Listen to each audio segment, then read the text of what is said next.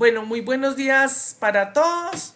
Vamos entonces hoy a continuar el tema de, eh, de compuestos nitrogenados. En este caso estamos en la clase 2 de aminoácidos.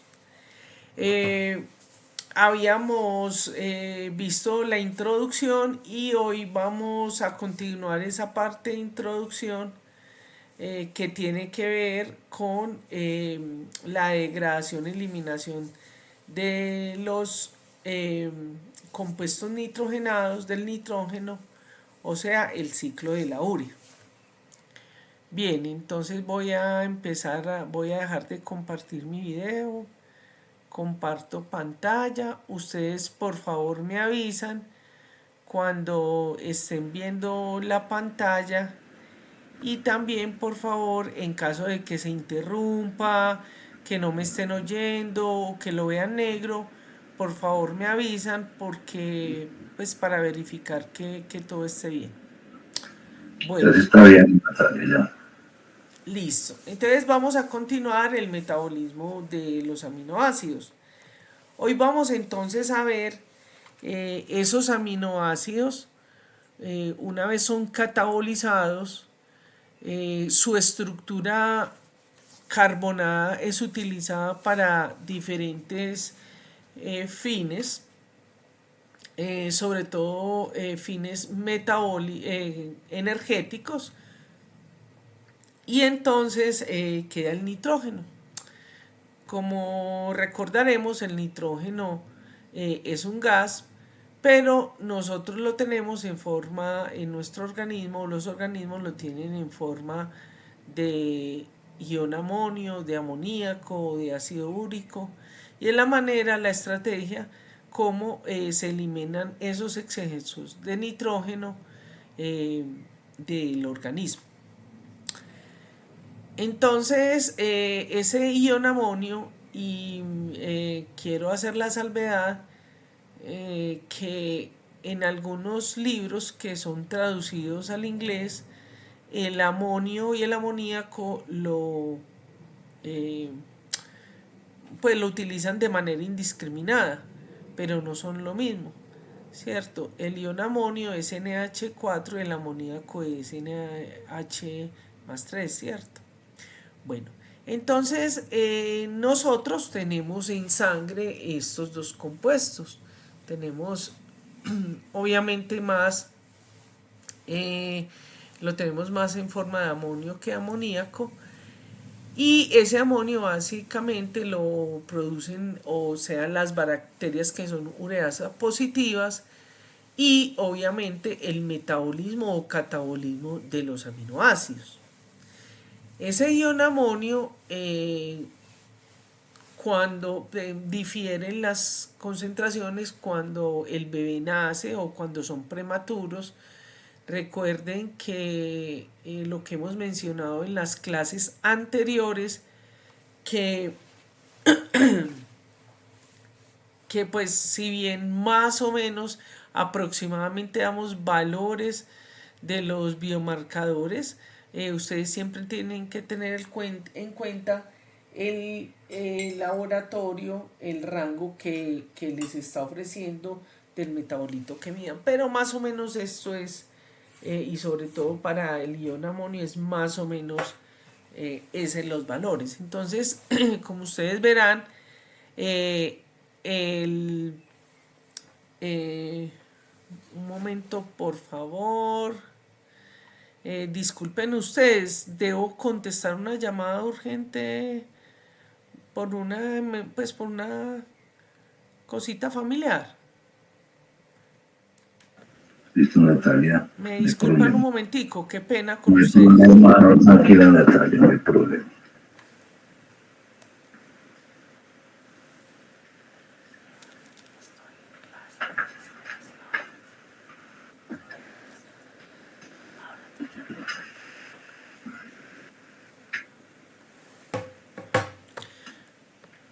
Bueno, todo bien, continuemos. Entonces, como les estaba mencionando, En los prematuros es más o menos 150 microgramos, en los recién nacidos a término es entre 50 y 75 y nosotros manejamos menos de 50 micromolar, ¿cierto?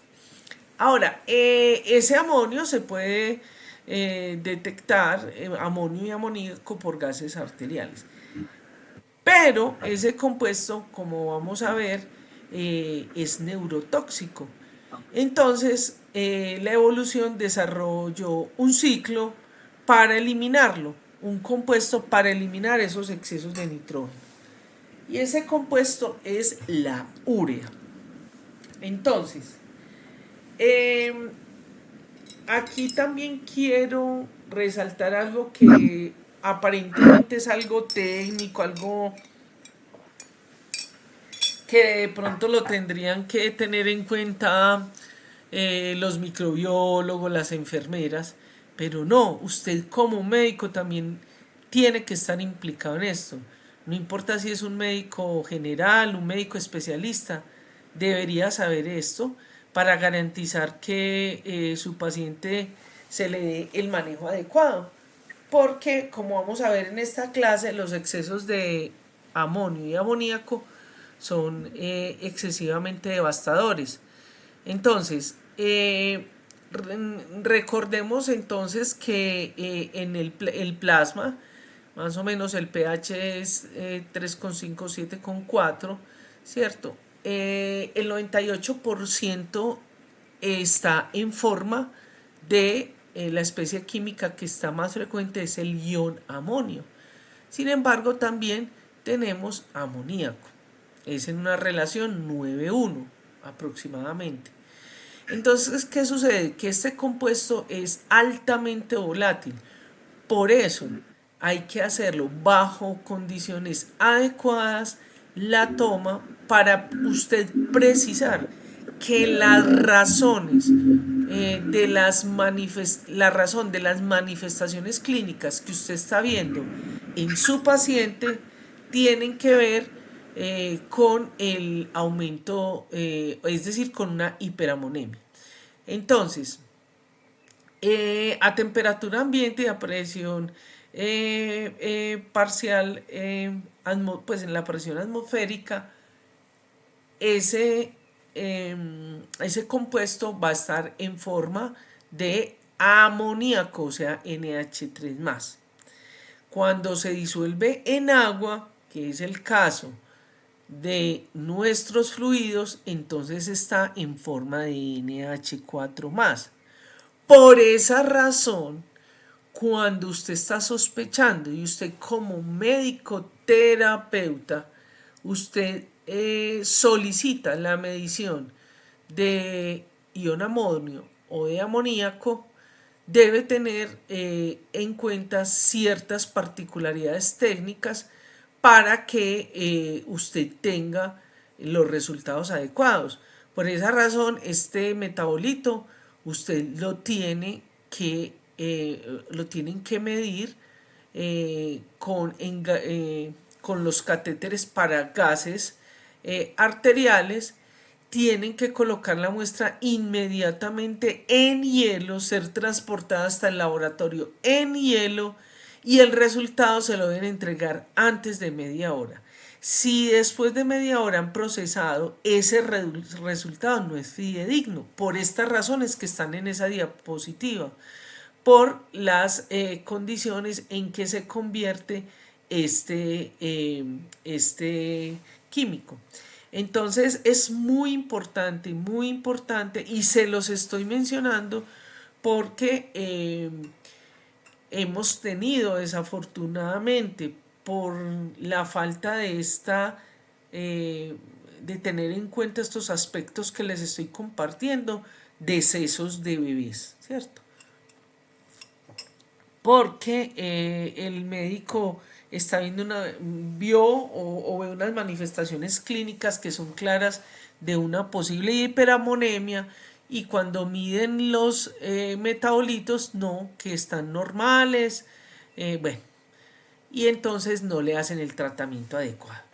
Bien, entonces, por esa razón, Bueno, perdón. Entonces quiero cerrar esto para decirle que nosotros tenemos firmemente esperanza en ustedes, de que ustedes como futuros y nuevos médicos estén al tanto, no simplemente de pedir un ion amonio o amoníaco, ¿cierto? Y simplemente dispensionarse eso e ir a revisar el resultado. Y lo otro que olvidé decirlos es que hoy en día hay unas tecnologías de nanotecnología que son como un datafono. Eso se utiliza si alguno de ustedes ya ha estado en cuidados intensivos. Es como un laboratorio que está en como en un dataphone, y ahí pueden medirlo y realmente son muy precisos. En países desarrollados ya eso lo hacen en la cama del paciente. Y ahí se miden todos estos electrolitos, gases arteriales, etcétera. Pero de todas maneras, pues nosotros no tenemos solamente eso, como les digo, en cuidados intensivos. Entonces hay que tener cuidado con eso en la cadena de frío que hay que tener con esta muestra. Bueno, entonces esos excesos de nitrógeno, esta diapositiva es de Matthews, los tenemos que eliminar, esos excesos de nitrógeno. Nosotros no tenemos el nitrógeno suelto porque es un gas, ¿cierto? Está como en los diferentes compuestos, como ion amonio, como amoníaco, como el grupo amino de los aminoácidos, como el nitrógeno haciendo parte de los diferentes compuestos nitrogenados.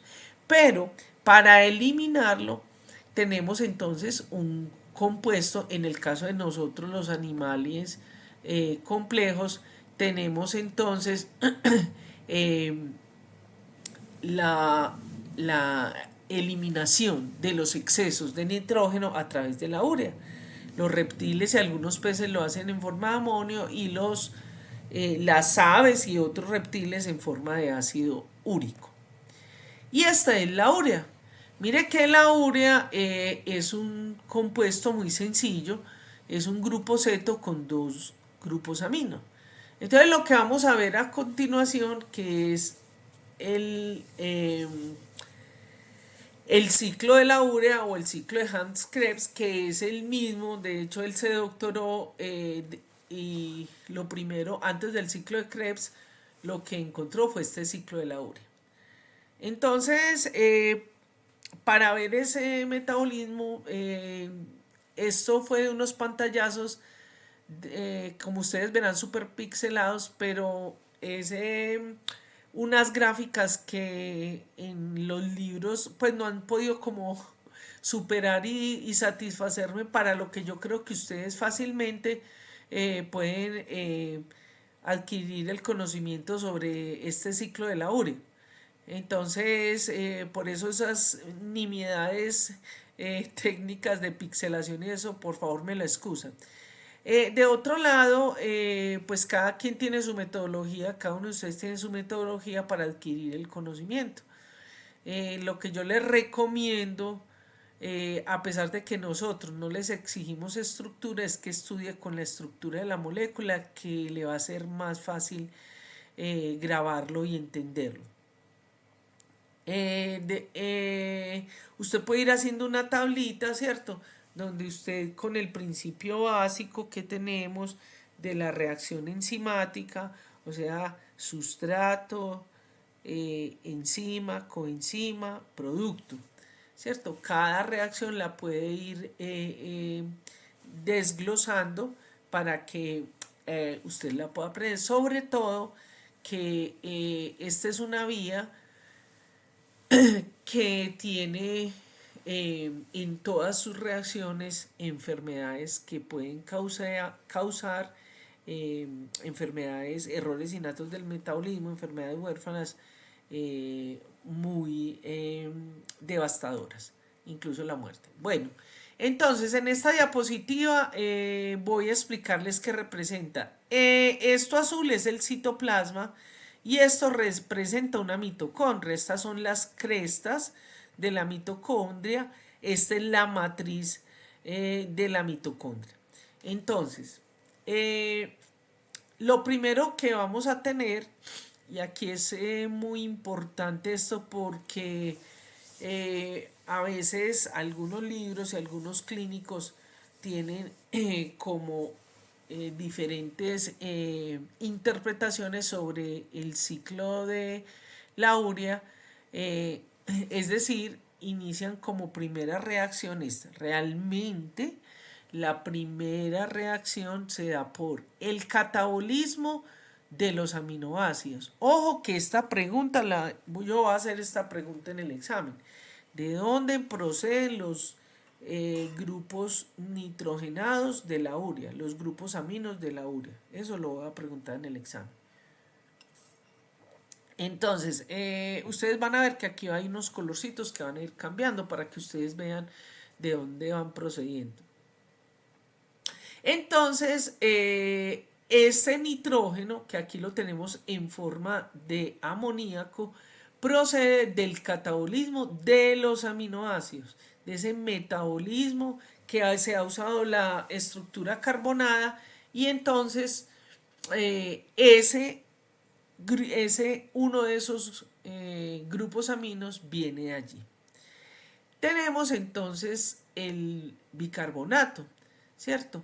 Y el ácido carbónico que son tan importantes en el metabolismo. Recuerden que juega un papel fundamental en los buffers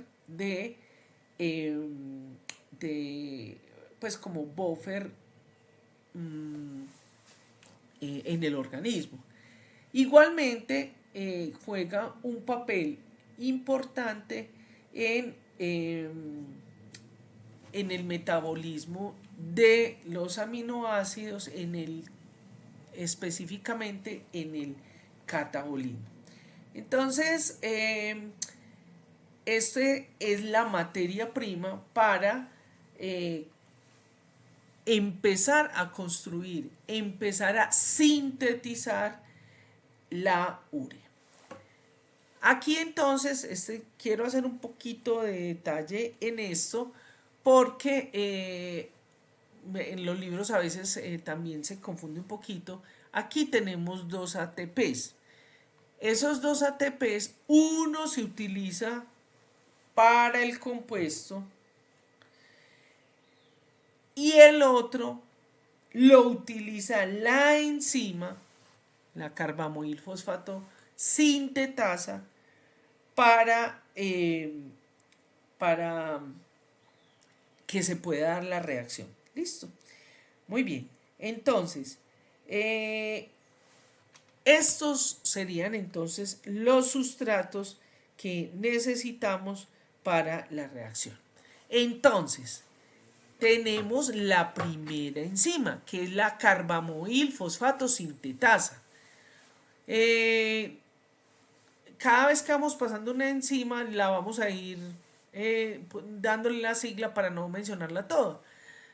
Y esta enzima es muy importante porque tenemos dos isómeros, que es la CPS1 y la CPS2. Adelante hay una diapositiva que les voy a explicar eso. Entonces la carbamoilfosfato sintasa 1, ¿cierto? Va a condensar esto y va a formar el producto de esa reacción, va a ser el carbamoilfosfato.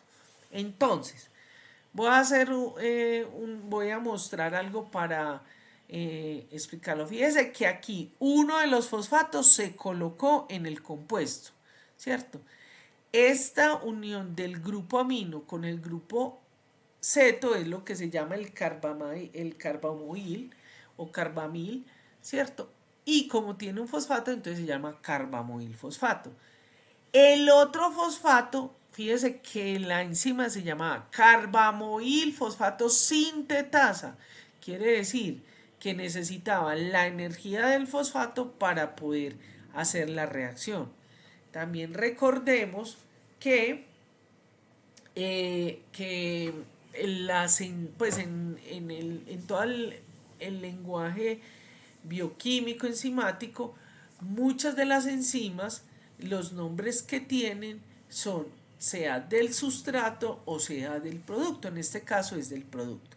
Aquí tenemos entonces la primera reacción. Vamos para la segunda reacción. Nótese que todavía estamos dentro de la mitocondria.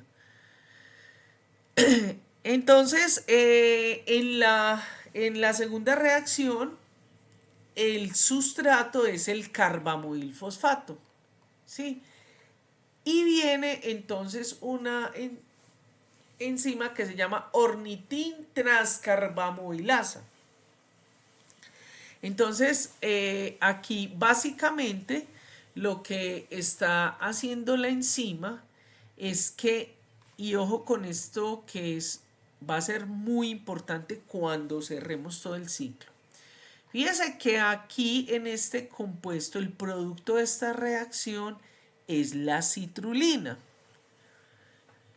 Entonces, resulta que para que se dé la citrulina, aparte del carbamoil-fosfato, se necesita otro sustrato, ¿cierto?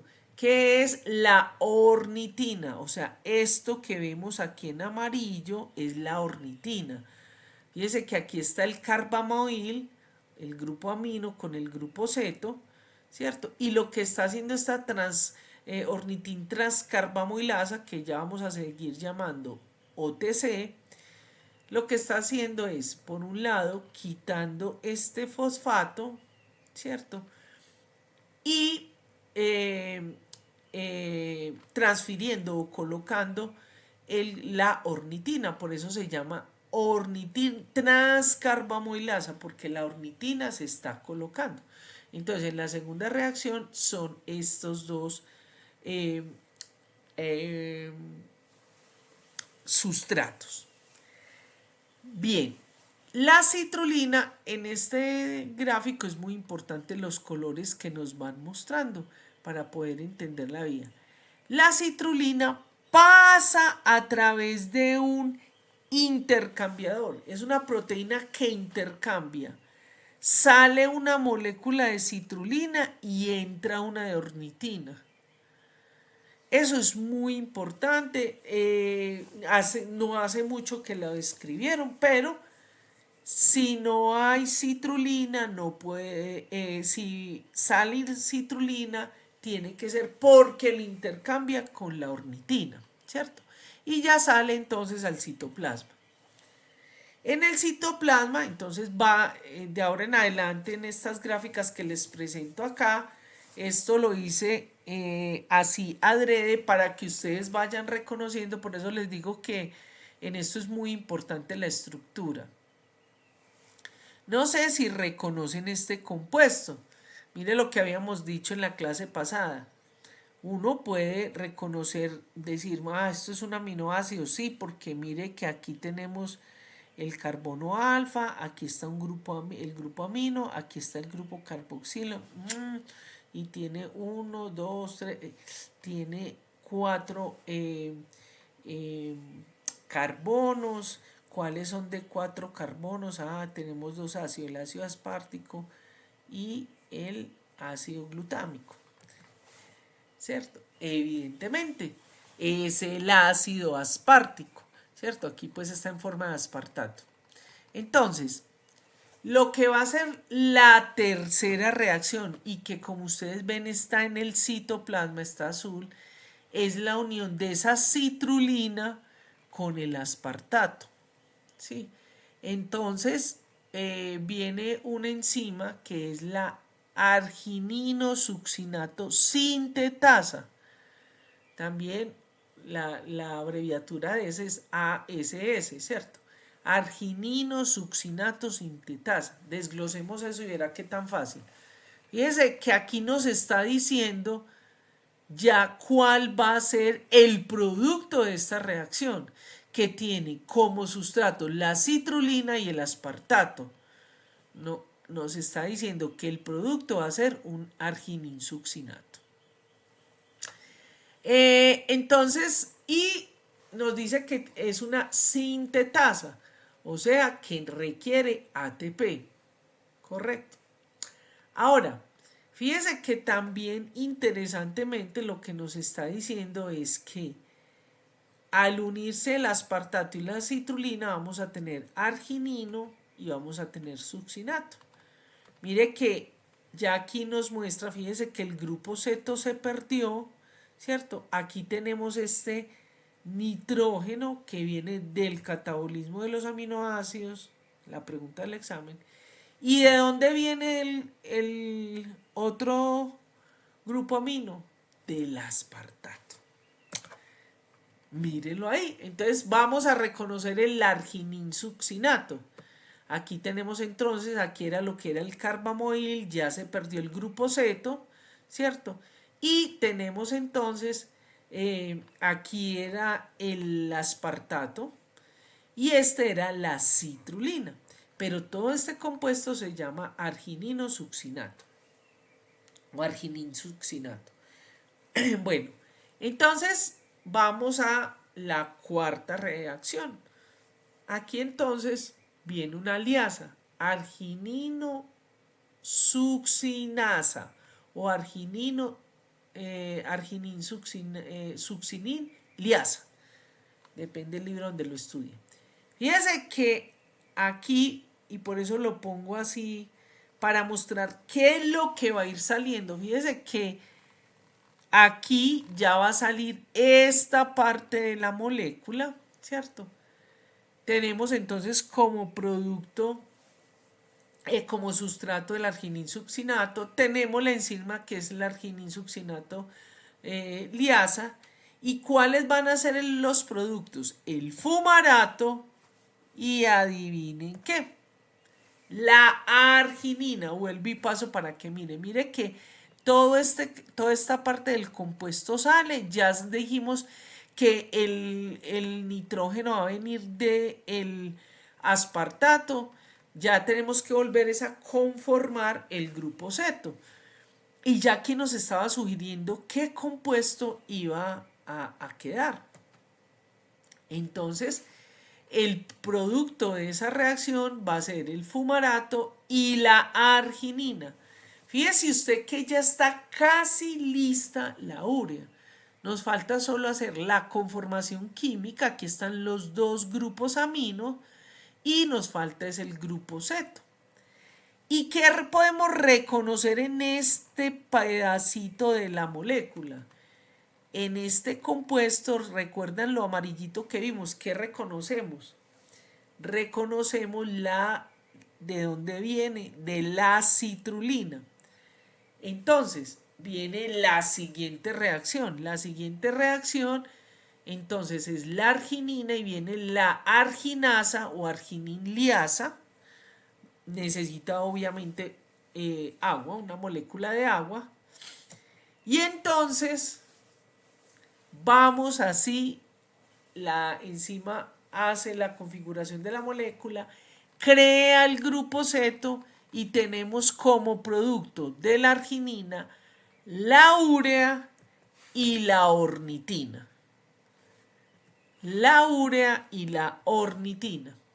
Esa ornitina va a entrar por el intercambiador, sale uno de citrulina y entra uno de ornitina.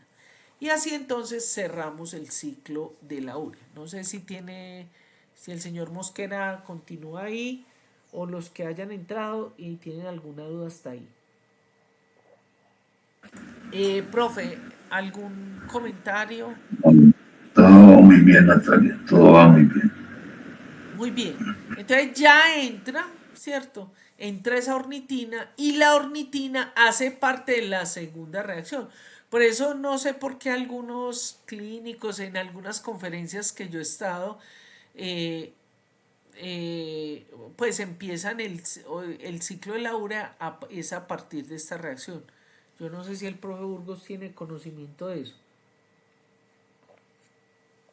Pues no sé por qué razón, o si era que en textos anteriores venía así, yo no lo sé. Pero es un error. Realmente la primera reacción es la que hace la carbamoilfosfatosintasa a partir del catabolismo de los aminoácidos. No sé si usted quiera comentar algo, profe. No, está bien, está Bueno, bien. vamos entonces, muy bien. Ese es entonces el ciclo de la urea. Eh, la urea, entonces, recordemos que es un ciclo que está permitiendo que nosotros eliminemos los excesos de nitrógeno, pues o de específicamente de los los que proceden de los aminoácidos, que es el grupo amino. Recordemos que el aminoácido en nuestro organismo no está como eh, mostramos en la clase pasada la estructura que es por lo que se llama aminoácido, o sea, el grupo amino y el ácido carbónico, sino que en el organismo está en forma de suiterión, NH3 más COO menos. Entonces, bien, hay que decir que hay algunos aminoácidos que cumplen un papel eh, protagónico en el flujo de nitrógeno, como es por ejemplo la glutamina y el glutamato. Porque este aminoácido, que lo vamos a ver en la siguiente clase, de 5 carbonos, tiene la posibilidad, el glutamato tiene un grupo amino y la glutamina tiene dos grupos amino. Entonces, eso ayuda para que haya ese flujo entre los tejidos, ¿cierto? Entre el hígado y el músculo. También un cetoácido como el alfa-cetoglutarato participa en ese flujo de nitrógeno. Otra cosa que es importante para ustedes con un significado clínico terapéutico es que dentro de los líquidos, eh, en pacientes que tienen hiperamonemia o que tienen este tipo de complicaciones que tienen que ver con el nitrógeno, entonces la solución puede tener glutamato, ¿cierto? Y los blancos terapéuticos están basados en la eliminación, como es el benzoato de sodio y el fenilbutirato, ¿cierto? Básicamente lo que hacen es que se van a unir a estos aminoácidos y de esa manera se van a poder eliminar con el benzoato de sodio un grupo amino y con el fenilbutirato dos, como lo vamos a ver más adelante. Bueno, entonces también en esto va a tener un rol importante ciertas enzimas como la glutamina sintetasa en los tejidos. Esta glutamina sintetasa, ¿cierto? Lo que hace es que toma ese ion amonio que está en los tejidos y lo convierte en glutamina. La glutamina va al hígado, ¿cierto? Y allí entonces, por esta otra enzima, que es la glutaminasa, eh, da paso a que se pueda eliminar o a ese flujo del nitrógeno. A nivel del músculo, tenemos un ciclo también que es muy importante, lo vemos en la siguiente clase, que es el ciclo de glucosa alanina. Es un ciclo que es muy importante para la homeostasis energética, representado pues en carbohidratos, y es como a partir de un aminoácido, la alanina, se toma esa estructura carbonada para convertirla en piruvato, ¿cierto? Obviamente ese grupo amino, pues entonces tenemos que eliminarlo, ¿cierto? Bien, vamos a partir de este momento, vamos a ver algunos detalles relacionados con las enfermedades que tienen que ver con el ciclo de la urea. Cabe resaltar que, como vimos en las primeras diapositivas, vimos que, por ejemplo, las bacterias que son ureasa positiva producen amonio. eh, ion amonio. Por eso es tan importante, no solamente en las enfermedades o en los defectos genéticos, sino que, por ejemplo, en las infecciones, en la sepsis neonatal o en la sepsis de cualquier individuo, ¿cierto? Dependiendo la cepa, ¿cierto? Puede producir una hiperamonemia severa, incluso pues mortal. Bueno, entonces, pero lo que vamos a ver aquí son los defectos genéticos que tienen que ver con el ciclo de la urea y que específicamente lo que va a suceder es que van a producir una hiperamonemia, es decir, eh, aumento de ion amonio en sangre, hiperaumento amonio y hemia de sangre, ¿cierto? Entonces el ion amonio se aumenta en la sangre. Ese ion amonio es extremadamente neurotóxico. Ya vamos a ver por qué. Entonces, el ion amonio lo que va a producir entonces es lo que se llama la encefalopatía hiperamonémica. Es decir, que se produce edema y obviamente al haber edema hay un aumento de la presión intracraneal, o sea, aumento del pico. Esa encefalopatía hiperamonémica lleva a una atrofia cerebral y de núcleos profundos, o sea, caudado, tálamo, hipotálamo. Y por lo tanto, pues va a llevar a que haya una desmielinización. Ahora, eso usted no lo va a ver, usted va a ver la consecuencia de esas afecciones. Eh, Cuando existen estas enfermedades, como es el OTC, las más severas es el OTC, o sea, la deficiencia por ornitin transcarbamidasa y la CPS, carbamidil fosfato sintasa 1, se dan en los primeros días de vida, ¿cierto? Aunque tenemos algunas eh, algunos fenotipos que son más atenuados y se dan unos mesecitos después, porque inmediatamente el bebé se alimenta, ¿cierto? Empieza a activar su metabolismo con la leche materna, que es rica en proteínas, y entonces empieza a darse esas manifestaciones. Esas manifestaciones que vamos a ver más adelante, ¿cierto? Son causadas por estas afecciones que hace el ion amonio a nivel cerebral, ¿cierto? Pero además de eso, esa toxicidad de amonio no es solamente lo que vemos, ¿cierto? Como a nivel celular y a nivel del órgano del cerebro, sino que específicamente ya está descrito las actividades eh, que hacen a nivel del metabolismo de la neurona, ¿cierto? Afecta, por ejemplo, enzimas que tienen que ver con el ciclo de Krebs, con la síntesis de óxido nítrico.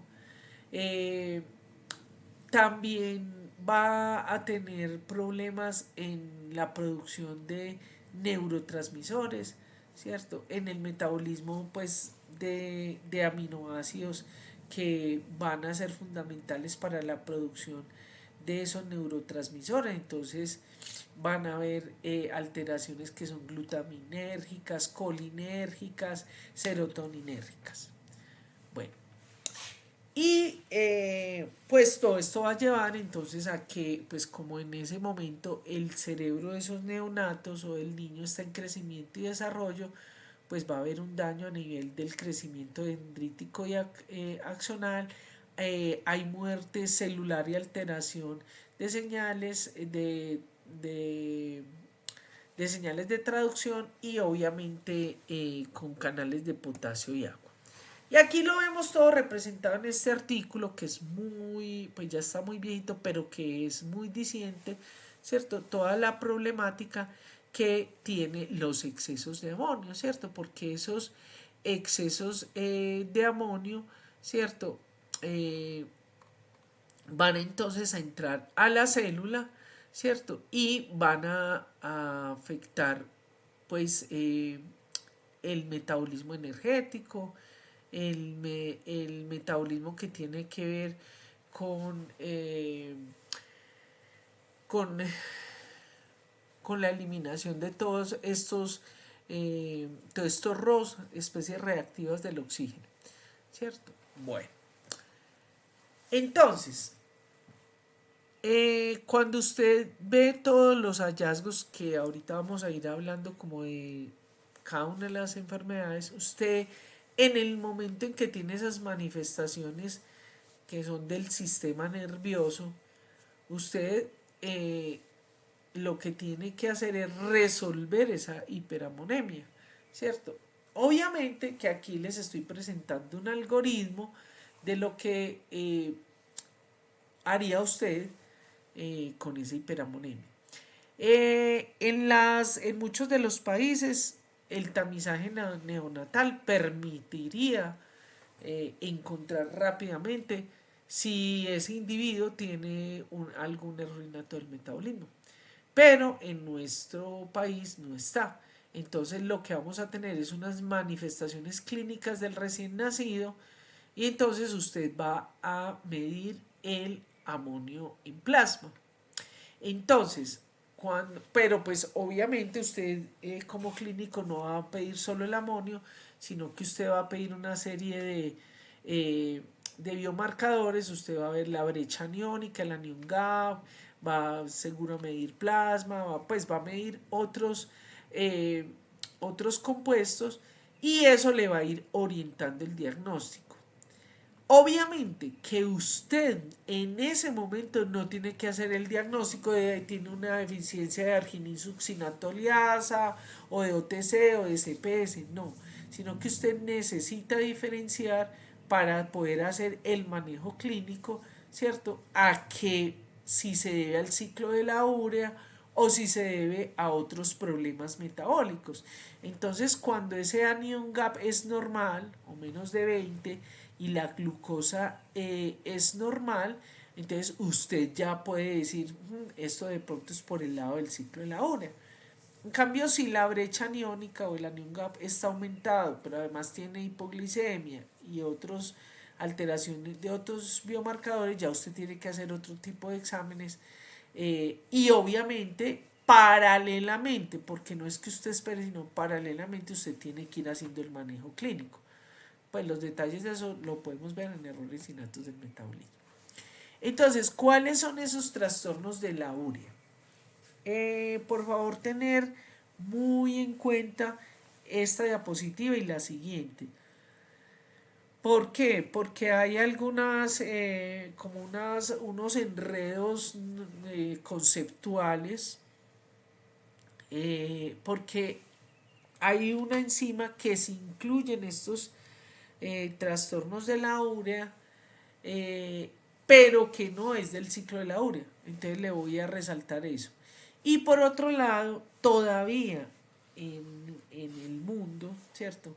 Aunque hay que decir que lo hace que están siendo tan reconocidas las enfermedades huérfanas, ha cambiado un poquito, pero usted todavía incluso lo lee en la literatura, en los artículos, todavía se maneja el concepto de hiperamonemia 1 y hiperamonemia 2.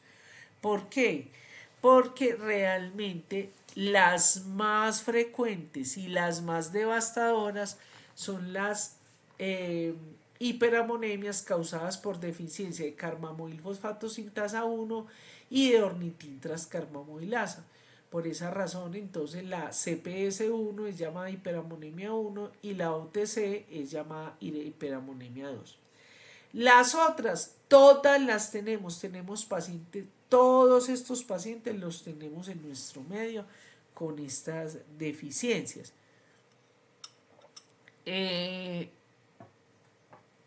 nuestro país tenemos pacientes con eso. En Antioquia tenemos, en Marinilla tenemos pacientes con OTC, por ejemplo. Y están muy bien, verdaderamente. gracias al diagnóstico, a los cuidados de su madre, de su familia y del personal de la salud. Pero hay que reconocer todo lo que la madre empírica e intuitivamente ha hecho para sacar a sus chicos adelante. O sea que son enfermedades que hay que tenerlas en cuenta porque ustedes lo van a ver en su consulta. Y más si tienen determinadas especializaciones como pediatría, como ginecología, neonatología. Bueno, eso no sé si ya es una especialidad como tal, es una subespecialidad. eh, Cuando pediatría, se me queda una neurología, neuropediatría, ¿cierto? Van a encontrarse con estos casos. Tenemos entonces que todas los trastornos del ciclo de la útera van a producir hiperamonemia, pero con mayor y más agresiva, y los cuadros clínicos más agresivos y más devastadores son los causados por la OTC y la CPS1.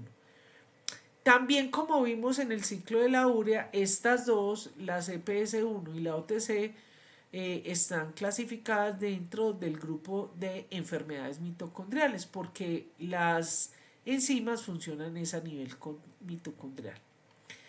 Además de las hiperamonemia que van a sufrir, tenemos esta, por ejemplo, la arginemia, que es una deficiencia de la argininiasa o arginasa, porque además de la hiperamonemia van a tener aumento de arginina en sangre.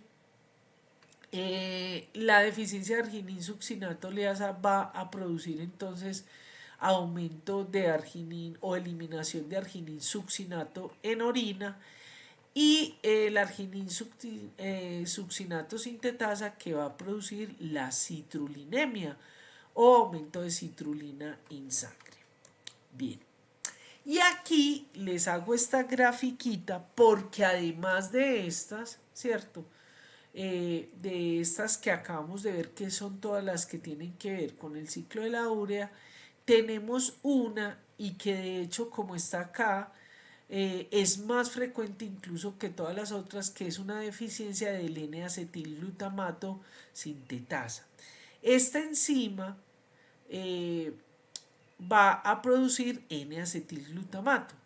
Y resulta que la CPS1 mitocondrial va a reconocer ese N-acetilglutamato y va a funcionar mejor, ¿cierto? De ahí crearon un medicamento que se llama el Carbaglu, que es N-acetilglutamato,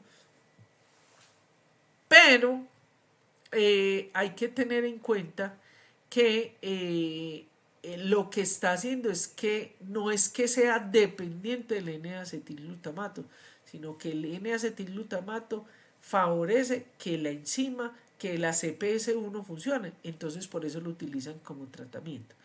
Pero también tenemos una deficiencia de esta enzima y va a producir hiperamonemia y va a estar contemplado dentro de de las enfermedades o patologías del ciclo de la urea, aunque esa reacción no sea del ciclo de la urea. Bueno, entonces vamos a empezar a ver como algunos detalles clínicos que ustedes pueden observar.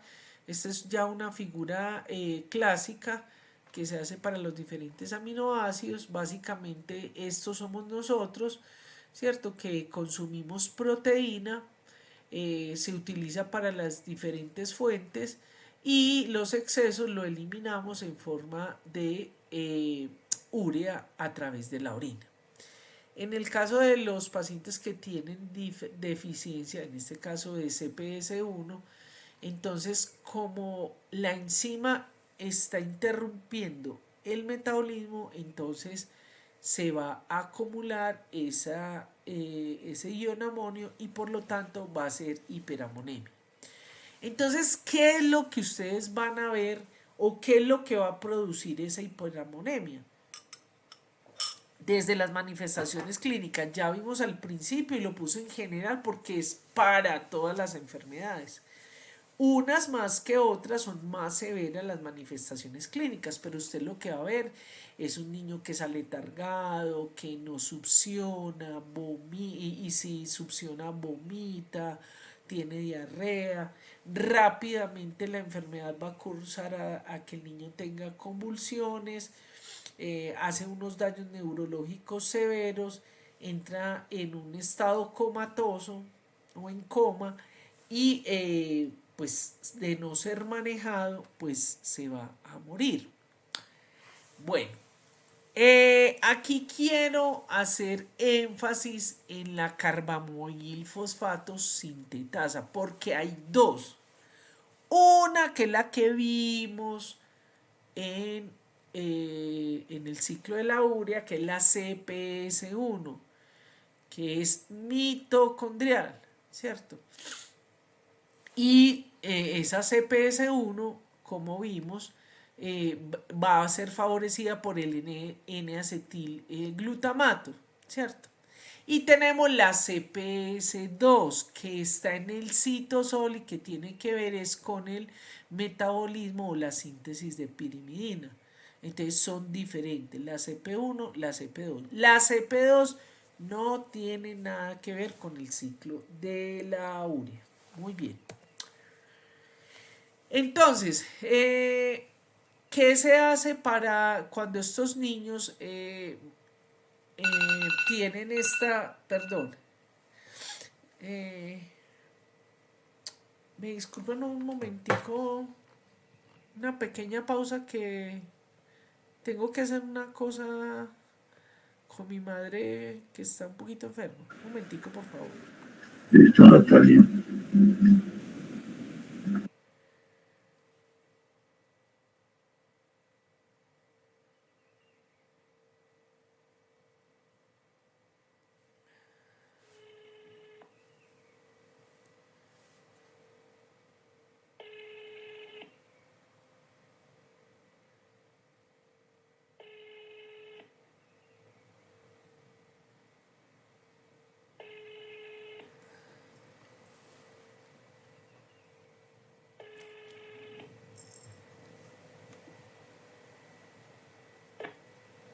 Sistema.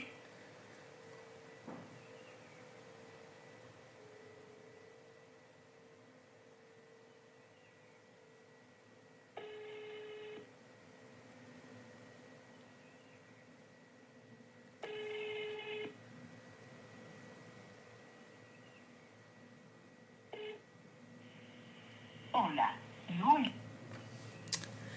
Bueno, continuemos entonces. Bien, entonces, bueno, cuando entonces ya usted, después de haber visto esas manifestaciones clínicas, después de haber hecho los paraclínicos que le confirman que usted está en presencia de un paciente con una hiperamonemia, usted lo primero que tiene que hacer es manejar la hiperamonemia. No tiene que hacer el diagnóstico de que es una enzima, la otra. No, eso no.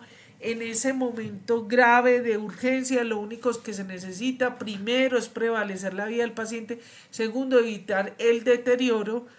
Y ya cuando todo esté dentro del margen de, entre comillas, normalidad, entonces ya usted puede empezar a hacer la caracterización bioquímica y genética de ese paciente. ¿Me están escuchando? Sí, Natalia, se está escuchando bien. Entonces, ay, chequemos que todo está grabando súper bien. Bueno, qué pena ahí con ustedes, pero con las cosas técnicas es mejor ir comprobando. Entonces, ya ustedes manejan la hiperamonemia. Eh, También hay que decir que afortunadamente, a pesar de que estos niños pues llegan a un estado muy crítico que casi eh, pues se mueren y que hacen unos daños devastadores, gracias a la plasticidad de... mami, tienes que tomarte el Trasidex. Madre mía. Bueno, gracias a la plasticidad del cerebro, entonces, pues hay que confiar en la biología y muchas veces esos chicos, como es el caso de algunos pacientes que yo tengo, eh, evolucionan muy bien. Pero hay que tener en cuenta que a pesar de que evolucionan, algunos de ellos quedan con unas secuelas irreversibles. Bien, entonces ese manejo de la hiperamonemia, por la gracia, mire, cuando yo empecé a dar estas clases aquí en Medellín o en Antioquia solamente se daba el benzoato de sodio, el fenilbutirato no. Y de alguna manera, porque ya se sabe, pues afortunadamente, los mecanismos, porque cuando usted está dando ambos medicamentos, el benzoato de sodio y el fenilbutirato, está eliminando 3 moléculas de amonio, ¿cierto? Eh, el problema con el fenilbutirato es que da muy mal palataje. Es de muy mal palataje, da muy mal aliento, entonces es complicada la adherencia al medicamento. Pero incluso el fenilbutirato elimina 2 grupos amonio. Bueno, entonces estos pacientes, esos medicamentos se manejan para las fases críticas, pero también se manejan, eh, hay que manejarlos eh, crónicamente, ¿cierto? Igualmente, ellos tienen que tener dietas bajas en proteínas, eso lo hace el grupo interdisciplinario junto con la nutricionista, porque hay varias cosas con las enfermedades del ciclo de la urea. La primera es que los niños están en crecimiento y desarrollo. Entonces hay que estar permanentemente ajustando la dieta, por un lado, y segundo, la posología de los medicamentos. Porque el crecimiento en sí mismo hace un recambio metabólico, un recambio proteico que puede llevar a los niños en crisis. Pero además de eso, los niños están con las vacunaciones. Las vacunaciones pueden provocar crisis agudas. Las enfermedades virales propias de la niñez pueden provocarlo. Entonces, son niños que tienen que estar bajo un cuidado y un seguimiento permanente para que no se descompensen. Pero como están en crecimiento y desarrollo, entonces hay que ajustarles la dieta de tal manera que tengan los aminoácidos esenciales que les permitan un buen crecimiento y desarrollo. Bueno, cuando decimos prevención de la degradación de proteínas, me refería a lo que les decía, disculpen, no lo mencioné. O sea, las infecciones virales, el crecimiento, las fiebres, bueno, etcétera. Muy bien, entonces nosotros, esta gráfica me gusta porque también es muy viejita, pero me gusta porque aquí claramente nos muestra que la enzima que habíamos mencionado, la el N-acetilglutamato sintetasa, no hace parte del ciclo de la urea. El problema no, sino que el N-acetilglutamato estimula el trabajo de la CPS1, la mitocondrial. Por eso es que este medicamento se hizo para la deficiencia de esta enzima, pero se ha visto que en niños que tienen CPS1, dándoles el carbaglu o el N-acetilglutamato, ¿cierto? Mejoran considerablemente las manifestaciones clínicas. Aunque, pues, el grupo de clínicos pues está dividido. Hay unos que están a favor del carbaglu y otros que no. Son medicamentos altamente costosos, pero pues está primero la vida y el bienestar de un niño. Y si un medicamento le funciona, creo que hay que administrárselo. Bien, vamos a pasar a la segunda. Yo presento estas dos con énfasis, ¿cierto? Porque son las más devastadoras, pero podríamos decir que casi que todos las enfermedades del ciclo de la urea tienen las mismas presentaciones clínicas, pero unas menos que otras. La CPS1 y la OTC son las más agresivas, las más fuertes. Las otras también lo presentan, pero no tan fuerte y no se presentan muchas veces inmediatamente en el nacimiento, sino en los primeros meses de vida. Entonces tenemos a la ornitintras carbamidasa. Entonces, este es el algoritmo que utilizan los clínicos. Bueno, hay que decirlo que cada entidad clínica pues tiene sus algoritmos, sus cosas, porque no existe un protocolo nacional por el que admita pues esto, ¿cierto? Pero entonces básicamente lo que hace es que ante la hiperamonemia, ojo, esa hiperamonemia ha sido manejada. Recuerde que cuando usted con su equipo clínico sospecha y cree que es eso, además de los paraclínicos que hace de rutina, la unionamol, la glucosa, la NIONGAP, ¿cierto? Usted ya está sospechando que ese niño, por la anamnesis, los antecedentes familiares, etcétera, pueda tener una enfermedad que tiene que ver con el ciclo de la urea u otras aminoacidopatías. Entonces usted también ha tomado los para medir aminoácidos en plasma. Entonces, aquí vemos, voy a seguir el que tiene que ver con OTC, pero igualmente sería para cada una de las enzimas, ¿cierto? Entonces, usted en los resultados se encuentra ya estabilizado el niño en la hiperamonea. Ahora lo va a caracterizar para saber cómo va a ser el manejo y tratamiento de ese paciente.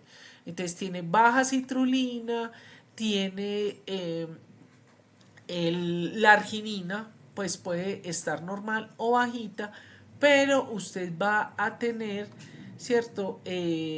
Ácido orótico en orina, ¿cierto? Entonces, ¿qué va a pasar?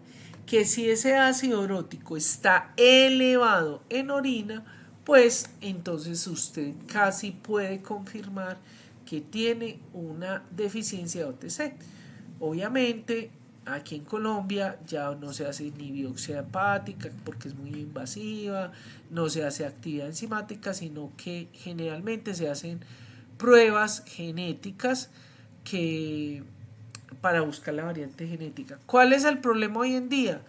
El determinismo genético que hay, que si no tiene la variante genética no tiene la enfermedad. Segundo, que esto se demora generalmente 60 días hábiles. Entonces, pues un niño en un estado crítico es muy complejo. Recuerden que estas son enfermedades bioquímicas y generalmente las enfermedades bioquímicas o metabólicas se resuelven o se diagnostican con biomarcadores o pruebas bioquímicas o metabólicas. Bien, bueno. Miremos entonces el OTC. El OTC, fíjese, lo pongo adrede así porque es muy difícil. Si usted lo mira, es casi que exactamente igual que la diapositiva para CPS1. O sea, el niño es letárgico, no come, no succiona, no llora, tiene problemas a veces para respirar, a veces hace apneas, tiene problemas para controlar la temperatura corporal. Pues obviamente eso va en un decreciendo, aumentando las manifestaciones clínicas hasta que llega a convulsiones y a un estado comatoso y se muere. Pero aquí quiero hacer una salvedad, hay una diapositiva de más, porque la más agresiva es la CPS1, porque está en el primer nivel, en la primera reacción de la enzima. Entonces, no alcanza ni siquiera a estar ese ion amonio como carbamoil fosfato. Por lo tanto, esta es menos agresiva y a veces se presenta, ¿cierto? Es en los primeros meses o incluso años de vida.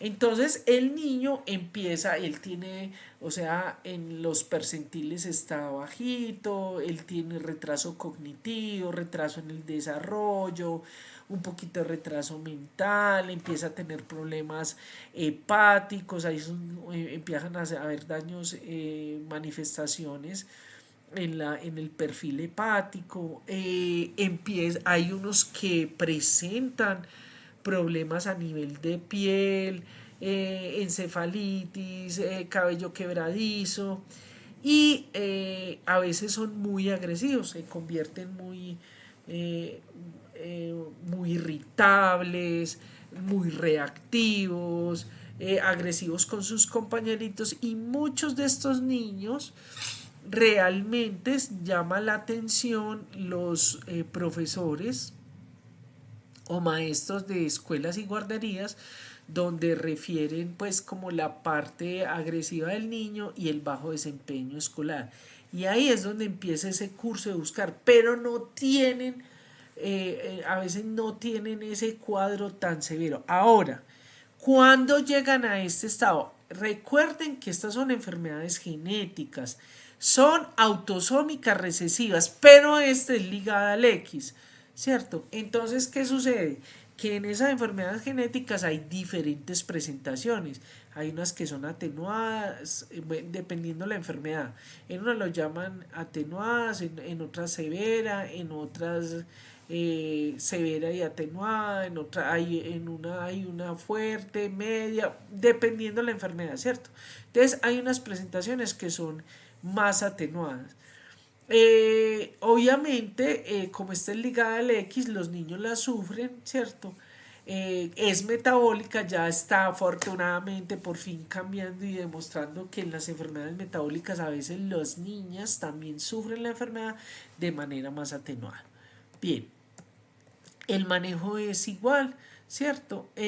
A estos chicos se les, obviamente, como les digo, hay que suplementarlos con aminoácidos dependiendo la enzima que esté deficiente. En el caso de la OTC, se le da biotina.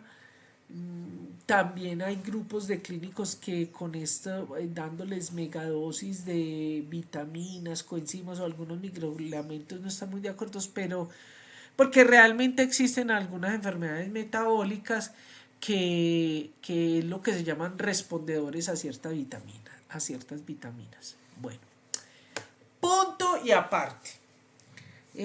Las otras enfermedades es más o menos lo mismo y son más atenuadas. Bueno, punto y aparte. Voy a entrar a un tema que también va a ser muy importante para usted y es un metabolito que usted va a utilizar frecuentemente en su ejercicio profesional clínico y es lo que se llama el BUN. A casi todos alguna vez en la vida nos han hecho el BUN, ¿cierto? Que es el nitrógeno ureico, por su sigla en inglés, blood, sangre, ureico, nitrógeno, ¿cierto? Entonces, ese nitrógeno ureico, ¿cierto? Se va a producir en ese metabolismo en el hígado, pero lo vamos a eliminar en la orina. Por eso el BUN hace parte de ese perfil hepático y va a ser un marcador muy importante para las enfermedades renales. Porque en esas afecciones renales, donde va a haber un problema de la excreción de urea y de creatinina, entonces vamos a tener algunos marcadores que nos van a ayudar. Obviamente en el perfil renal tenemos la urea, la creatinina, pues se miden otras cosas, se miden las proteínas totales, otro tipo de cosas, pero pues aquí hago específicamente lo que tiene que ver con el nitrógeno, ¿cierto?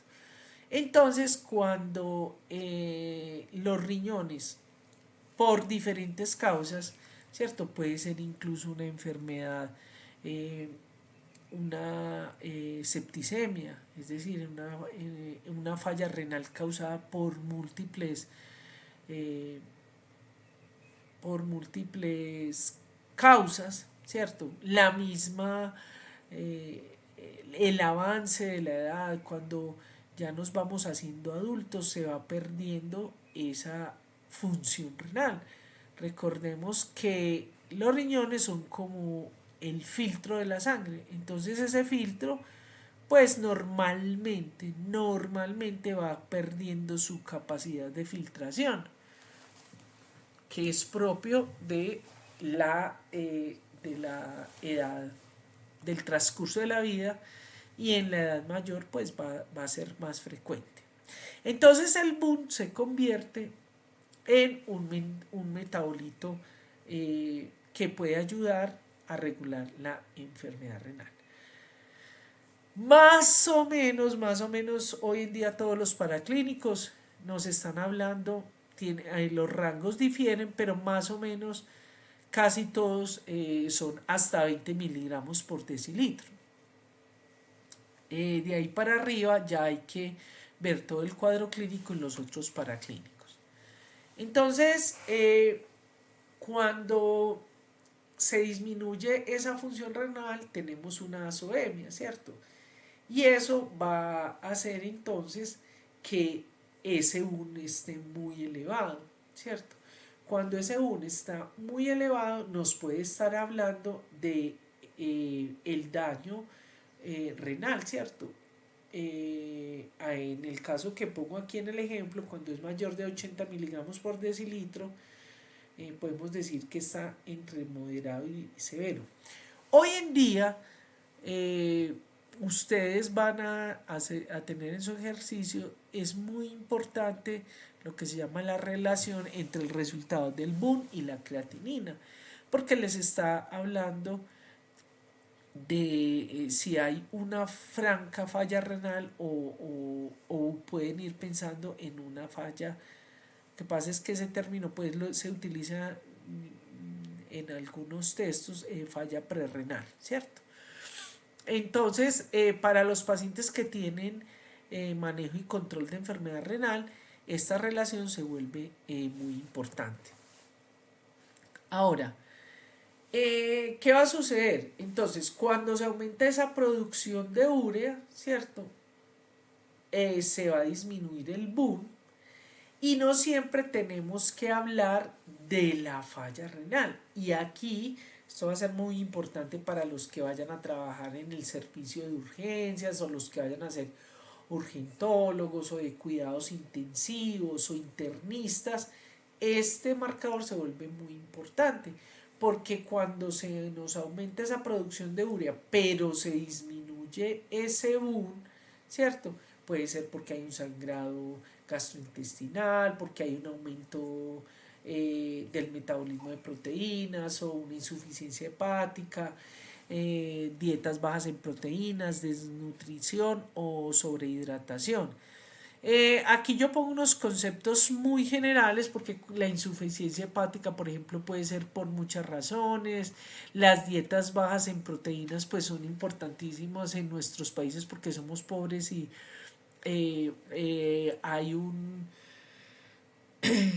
pues hay muchas dietas que son incluso a veces hipercalóricas, pero representadas en carbohidratos y bajas en proteínas de alto valor biológico.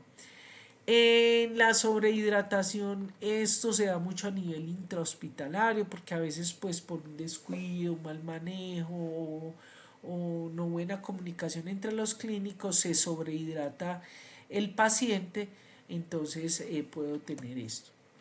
Ahora, puede estar el escenario que se disminuye la excreción de urea, ¿cierto? Y se aumenta el BUN. Entonces esto se va a dar también en hidratación, en el choque hipovolémico, insuficiencia cardíaca, sangrado gastrointestinal, ataque cardíaco, enfermedad renal, obstrucción de vías renales. Bien. Bueno, y hay algunas drogas, y esto también ustedes tienen que resaltarlo, que van a afectar ese BUN. Es decir, cuando usted vea en cualquier paciente el BUN alterado, inmediatamente tiene que ver cuáles son los medicamentos que el paciente está tomando, porque fíjese que aquí hay casi de todo. sobre todo antibióticos, sobre todo diuréticos. Entonces, por ejemplo, el allopurinol, que es para manejar el ácido úrico. Entonces es un aspecto importante que tiene que ver con el boom.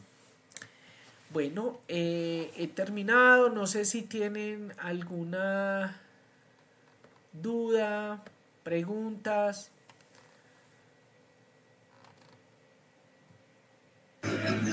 Muy bien, Natalia. Muy completa la clase, está muy bien. Bueno, el chico ya no está. Voy a parar la clase.